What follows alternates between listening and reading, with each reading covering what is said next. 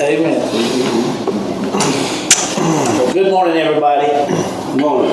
Well, we are going to be in 2 Samuel chapter 11 this Sunday. And again, praise God that we did have all the workers out there for Friday. They did such a great job on the food giveaway. Sorry I missed it. We had 2 new tops that were trying to get out, and they just weren't smart enough to do it without me. Right, I hear you. That's sad. But Yeah. we gave away as much food as long as food bank gives away on a normal day. How many people come cook? 500. Had 500. Oh, wow. 500. So So their usual average is 500. you guys will have to forgive me this morning. I'm not wearing my regular glasses. I left them at the house. So I had to go with some readers. So I'm going to be 800. doing this.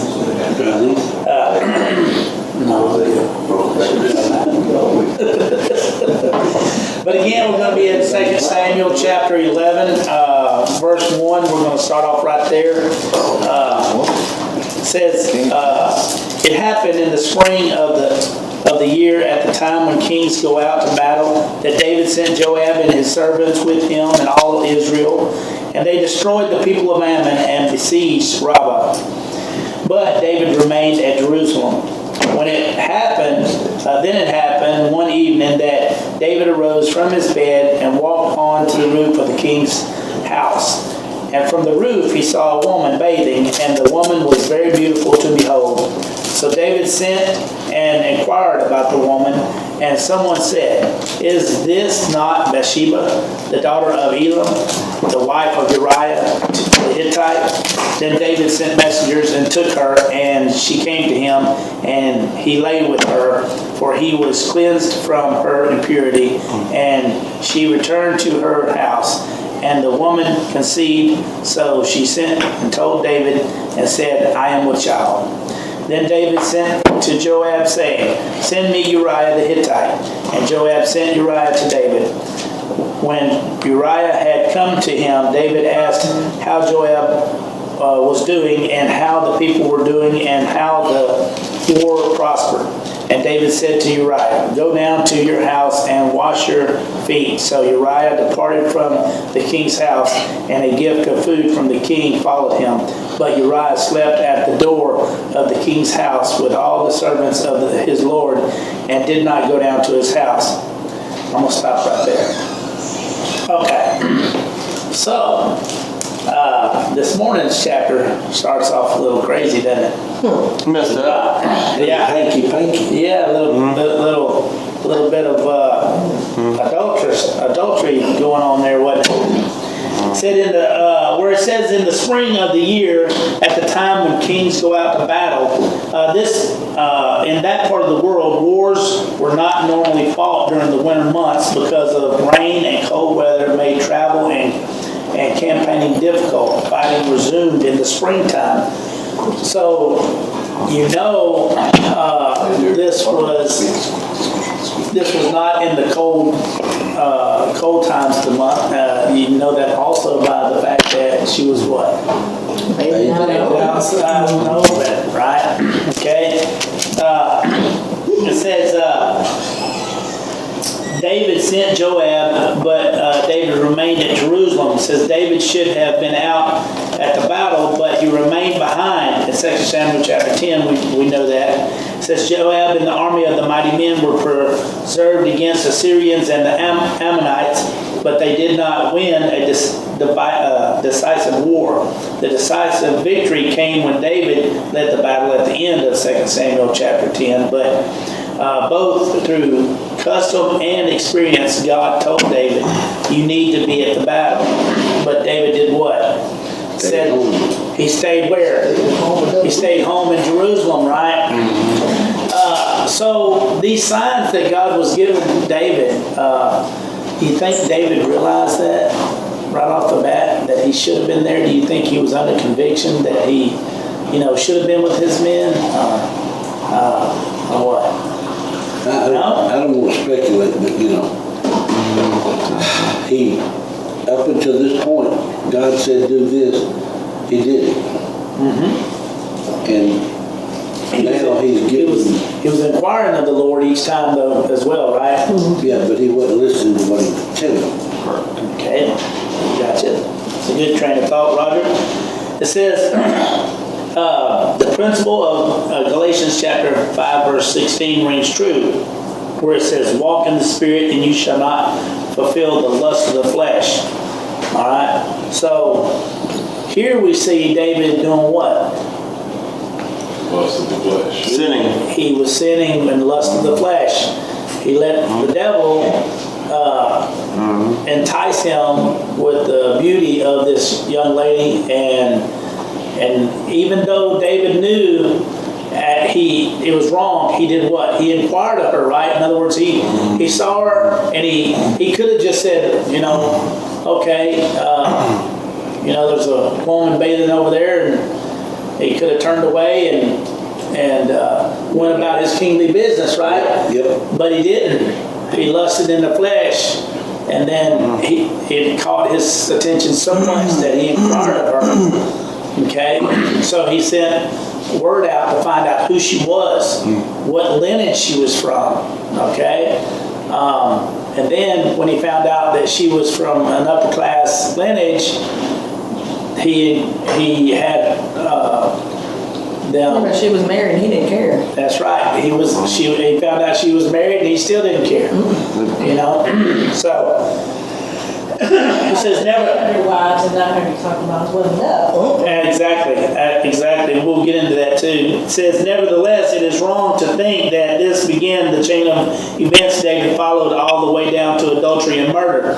David showed his disregard to God's plan for marriage many years before, when he took more than one wife, as Jackie was saying in 1 Samuel chapter 25 verse 42 and 43, where it says, so Abigail rose in haste and rode on a donkey attended by 5 of her maidens, and she followed the messengers of David and became his wife.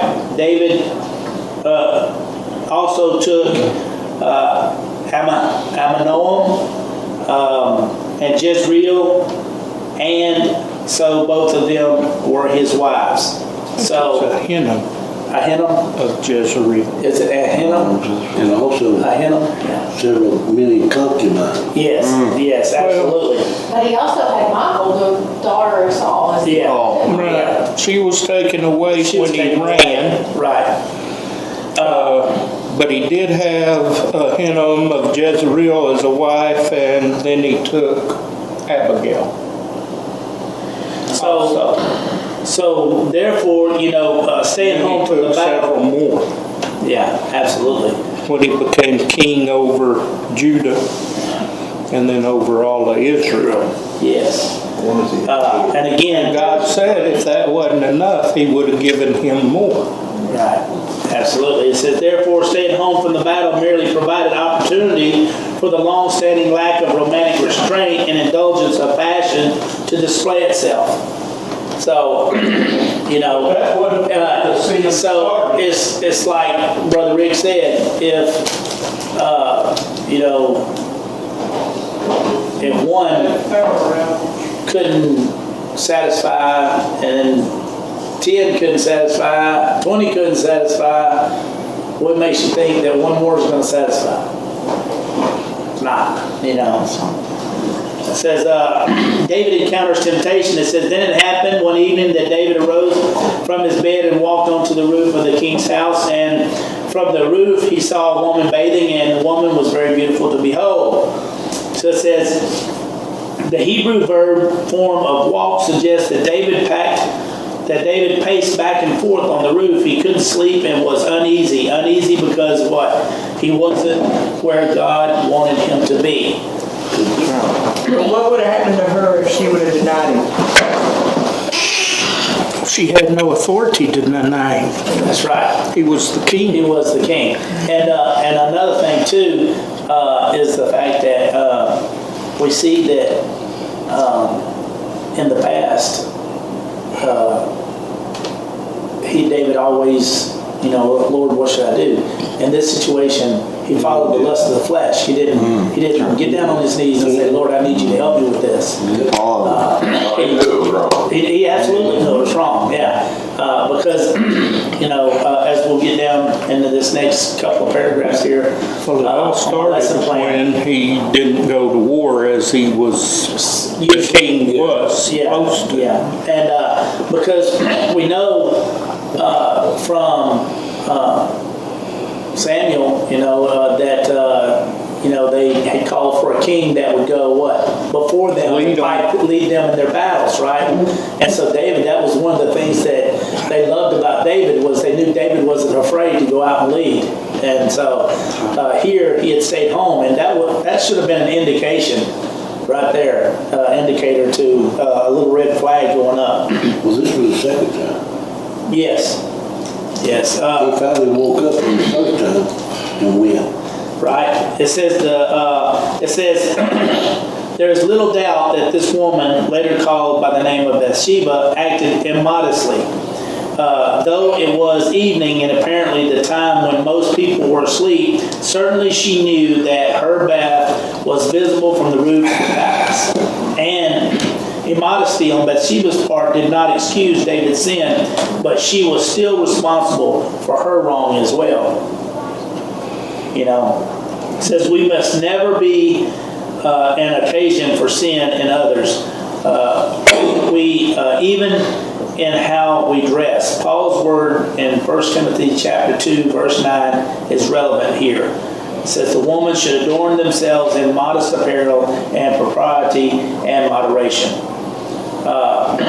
We see today these young kids, and Mary tells me about it a lot because she works at the school, and I'm sure Jackie, working at the college, sees it as well. These young women out there today, even young men, leave nothing to be desired. I mean, they...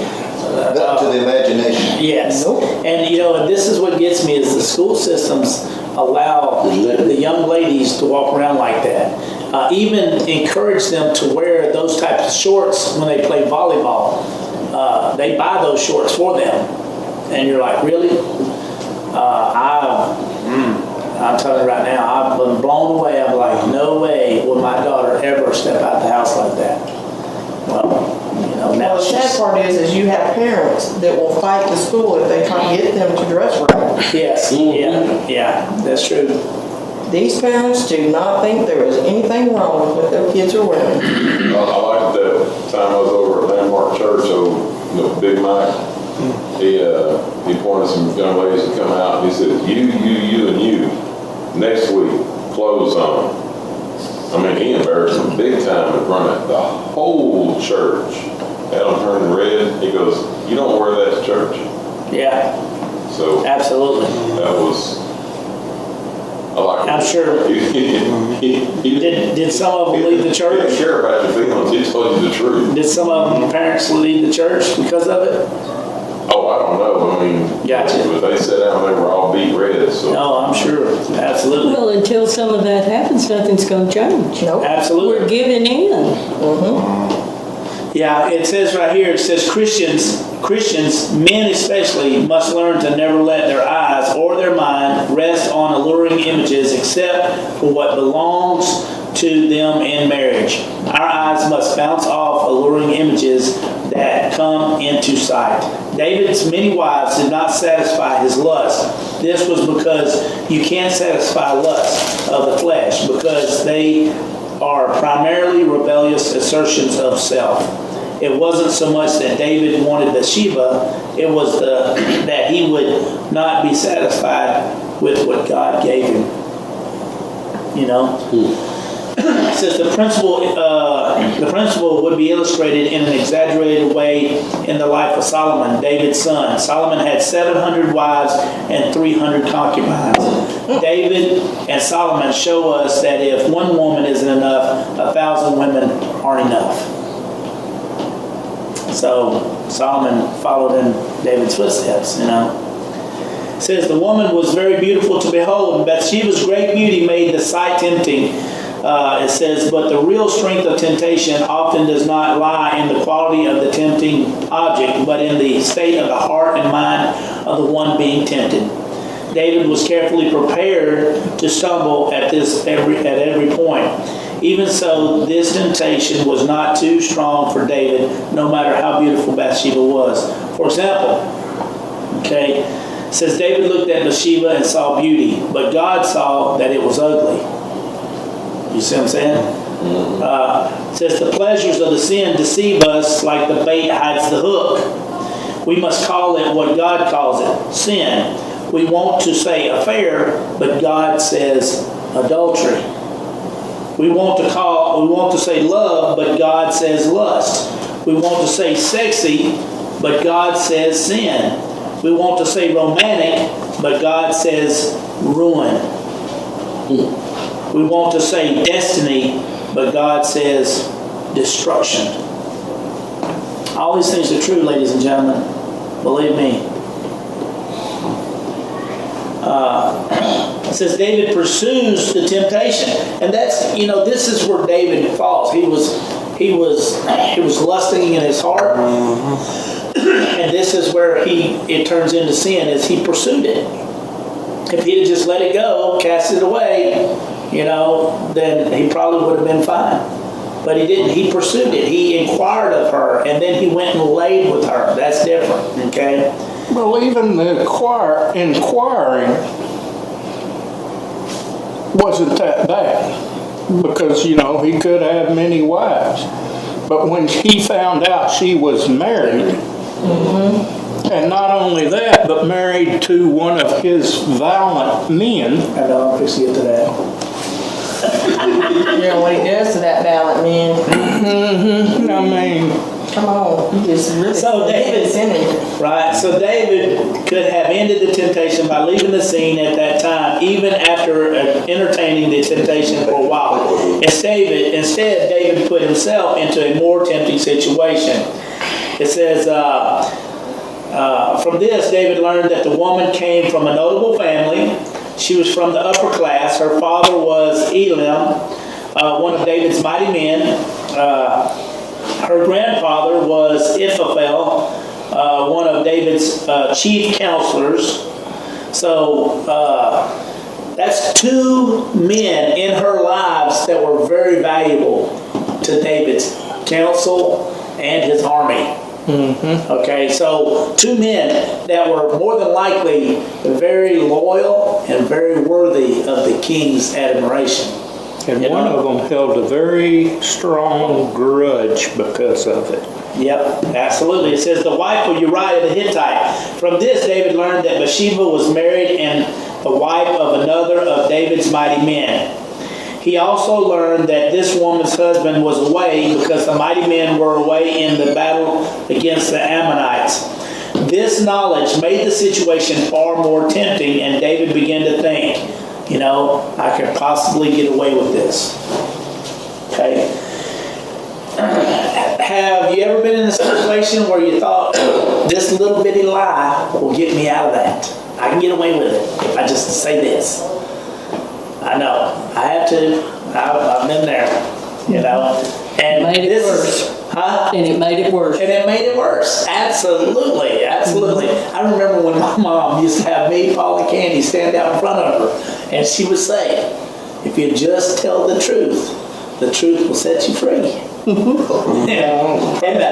I would say, I didn't do it. And my brother and sister would say, he did. And guess what? After a few minutes of lying, and I got more licks added on, I wound up telling the truth. God's going to give you a piece of the pie, but He's not going to give you the entire pile at once. I know It's that's a piece by piece situation, but depending on. I said, he didn't have to have her husband My killed. God. right. And we're going to get into that. But you're right, Frank. He didn't. He didn't. It says David committed adultery in his heart up on the roof. Now he knows. Now he knows that he has an opportunity to commit adultery in practice. Adultery in the heart and mind is bad, but adultery in practice is far worse.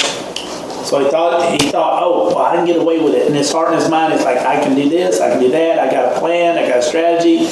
And then, but he went and put it into practice. It says, David should have received the news of the woman's identity as a warning.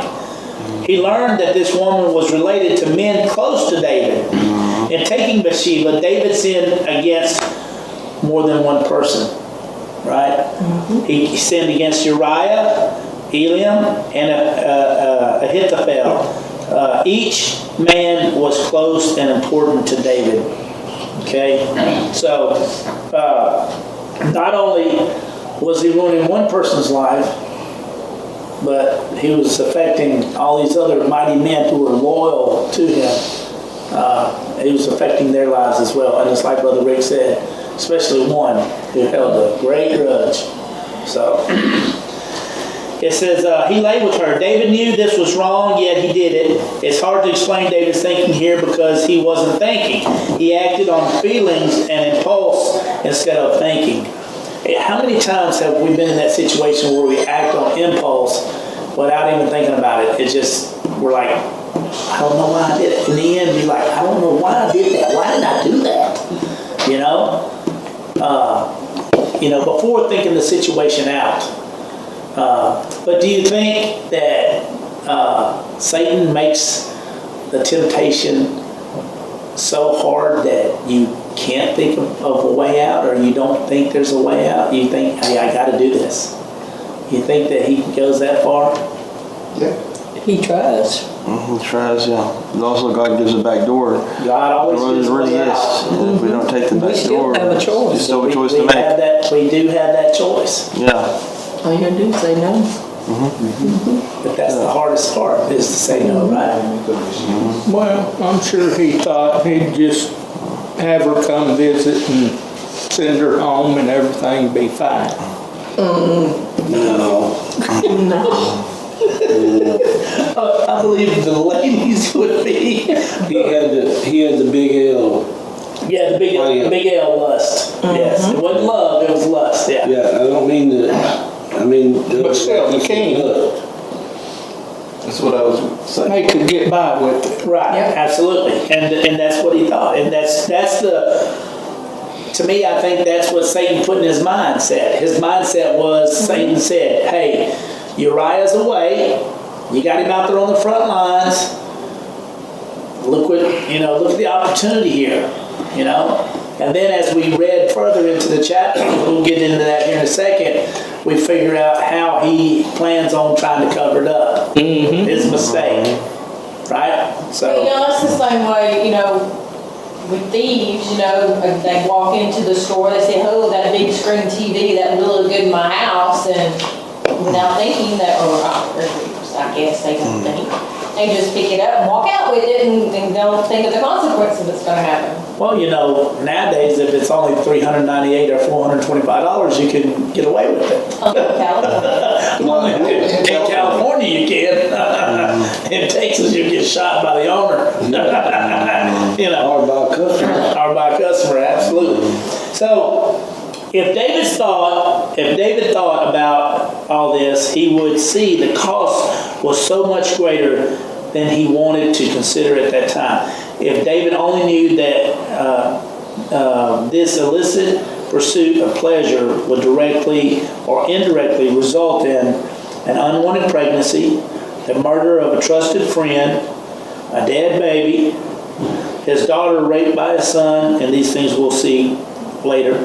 One son murdered by another son, a civil war led by one of his sons, a son who imitates David's lack of self-control, leading him and much of Israel away from God. It says the same kind of ruin comes of adultery today. We think about all the children who went to bed without daddies at home because of the terrible attack on the United States on September 11, 2001. But far more children go to bed every night without daddies in the house because of adultery. And at this time, I never heard of this saying up until not too long ago. A long time ago when I was growing up, we didn't have this saying, and it's called. And you hear kids talk about it, and I say kids 18 to 25 years old. They will sit there and say, "Oh well, my mama's baby daddy." or my daddy's baby daddy, or, you know, or his baby daddy, or she's, you know, her baby daddy is this. We didn't have that, her baby daddy, his baby daddy. Who was that, you know? When we were growing up, like my sister got pregnant when she was 15. She got married when she was what, 16? So, She was 15. She was 15. 15? She was 15 when she got married. She got pregnant, got married. They're still married today. You know? Amen. They got married. You know, you didn't have a baby daddy. You know? And now people accept that. That's because they want to destroy the family value. The family values, absolutely. Well, plus the United States government has come in and decided that they're gonna do a lot of what a husband should do and Yep, absolutely. gives a couple, a woman, you know, all these benefits if she doesn't have a husband. Yeah. And so now they just have multiple kids and don't care if they have a father in the Don't care household, what they do. because they got to You get their get the money. money from the government And for that's- housing, for and food, that's for... Satan. That's Satan No. trying to ruin. That's That's what they do. That's all That's they his do is plan on trying to ruin the family So their values. hair or nails done. We need to pray for something. I didn't know this till this week. What was his name? Jessup, you know, the polygamist and what have you, wound up in prison. Some of his relatives have started a polygamist group in Montana. And it's in Hamilton. That's where Jennifer works. She lives in Stevensville. But he's making it well known that he has this group by pretending to protest the fact that this new show about Yosemite and all of this is being filmed up there. So all the rental property has been taken over and what have you by all the characters and people that are in this film. So he's protesting that, but he's discussing the fact that they have polygamy. He's using his protest As a to... political platform for polygamy. So, you know, I mean, literally he's destroying the town. Right. And he's allowed. That's, Make sure that I get that written down. you know, because that's heartbreaking to me. It's beautiful up there. It's nature. It's, I get it. And it's Destroy everything. yeah. And see, Exactly right. David allowed Satan to do the same thing. I mean, he got into his mind and pushed lust into his heart, and therefore destroyed the family values that David could have had. But it's the same way with the devil's strategy today. It hadn't changed. What caused him not to go to war? Did he want the luxury and comfort of rest. the palace? Or the rest, The yeah. rest? Was it health? No, it was Satan. You know, what reason did he give for not going out with his army? I mean, he didn't have to go to battle, and at some point his mighty men told him no, he wasn't. I think that was when one of his sons rebelled. He went out and nearly got defeated, and they said, no, you're not going out anymore. Right. But, you know, what was his thinking where he stayed home? It's just, the Bible didn't really say, did it? No. But that's what we got to think of. What was it? Yeah, well, that's just what I was talking about earlier with Jackie. You know, he wasn't thinking, and if he had been thinking, then he probably would have thought it through and then inquired of the Lord. But he didn't. He acted upon it like right away. It's kind of like I was saying earlier. Like, have you ever done something and then be like, why in the world did I do that? but Satan starts out with a little thing and then Absolutely, and that's how he does that. It says, at this moment, David agreed with the world's understanding of the purpose of sex, seeing it primarily as the pursuit of a pleasurable experience.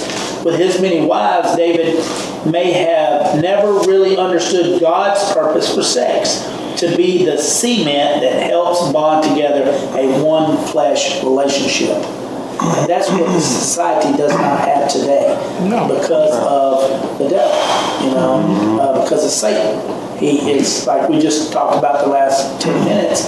It's basically his formula for breaking down the family, and he will get in there. It talks about she was cleansed from her impurity. This just means that she probably had just finished her cycle And was required to wash. and was required to wash. Exactly. Says this means also that she was not already pregnant, at that time. So it was David's child. It said it seemed like David got away with his sin, but he and we could only think that if we believed the sin was something good, God wanted to keep from David. But David did something harmful and destructive to himself and others, and harm and destruction will come of it. Just because David wasn't caught at the moment doesn't mean that he got away with anything. And that's the way it is with any time we sin. If we think we got away with it, guess what? There's always that possibility. It's going to It says- on you when you least expect it. Absolutely. That's right. It says Bathsheba's message to David. We talked about where she said, "And the woman conceived, so she went and told David and said, 'I am with child.'" So David and Bathsheba didn't plan on this. They were terrified both of the problem of the pregnancy itself and that it meant that their adultery would be found out. It says her message involved an appeal to David to take the necessary steps to avert the evil consequences of sin, inasmuch as the law required that both the adulterer and the adulteress should be put to death. Because at that time, that's what the law required, right? Mm-hmm. And guess who broke the law? Mm-hmm. The king. Says, He had already broke the law because wasn't it in the law of Israel that king can only have one wife?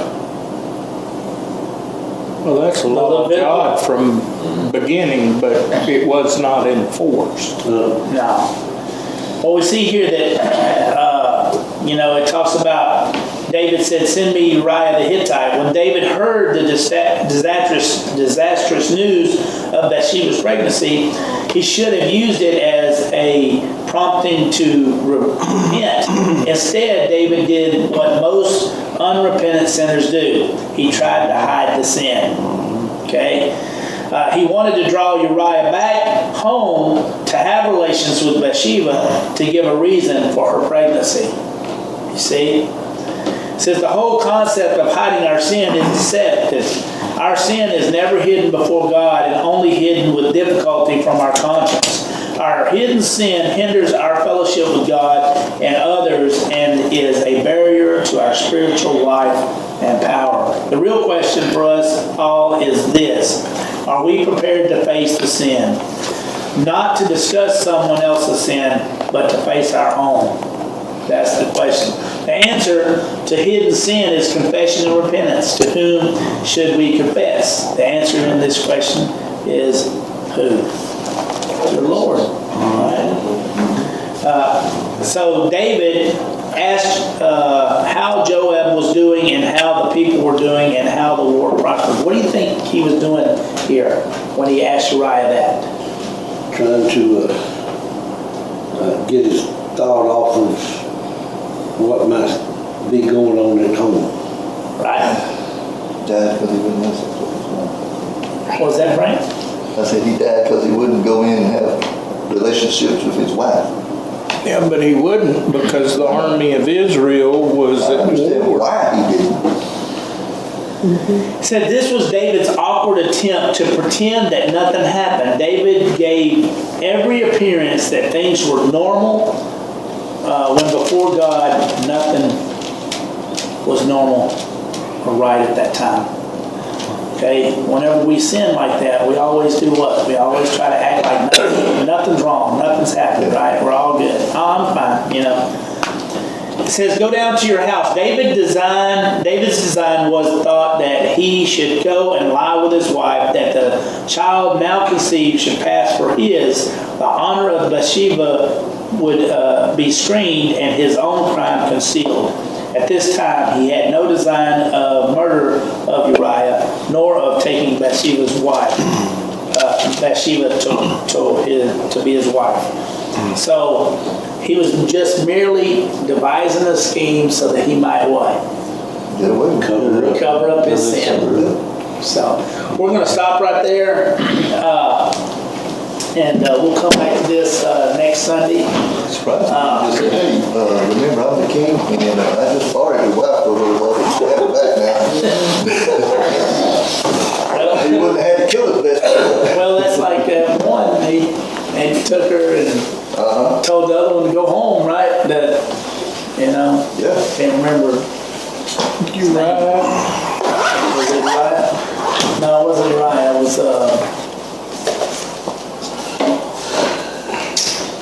was in First Samuel, wasn't it?